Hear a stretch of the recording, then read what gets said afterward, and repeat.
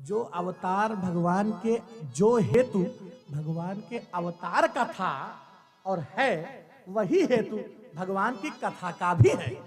हेतु दोनों का एक ही है। काल व्याल मुखग्रास त्रास निर्नाश हेतवे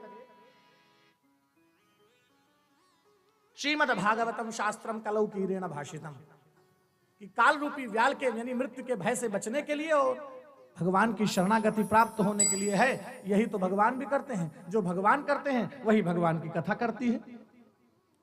सुंदर सुयश सुना रहे हैं, क्योंकि भैया अगर हम तुमसे कहें चलो ध्यान लगाओ तो ध्यान है कठिन। यम नियम आसन है, प्राणायाम, प्रत्याहार, ध्यान, धारणा, समाधि, बड़ा लंबा क्रम है। अगर हम तुमसे कहें तपस्या करो, ये बड़ा कठिन है, थोड़ी थोड़ी तो करनी ही पड़ेगी।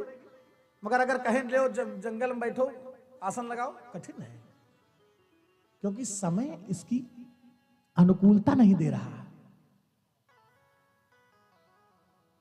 इसलिए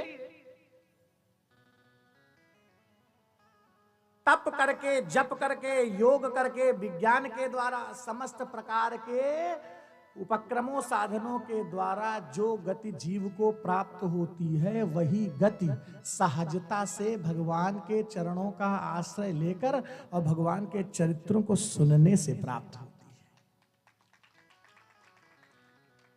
भगवान के चरित्र ही ऐसे हैं। मगर तुलसीदास जी बार बार हर जगह आकर उपस्थित होकर ये समझा देते हैं। श्रीमान जी, ये जो कथा चल रही है, इस कथा की विशेषता जानते हैं क्या? ये एकदम विशेष कथा है यहां की। इस कथा की विशेषता ये है कि यहां सिद्धांत तो श्रीमद् भागवत का है। बुजुर्गों, यहां सिद्धांत तो श्रीमद् भागवत का है, परंतु उदाहरण राम कथा का है। क्योंकि राम कथा जितनी जीवंत है हम लोगों के जीवन के लिए, यह कथा उतनी ही जीवंत है, परंतु थोड़ा सा औषधि है, कड़वी कड़वी सी लग सकती है।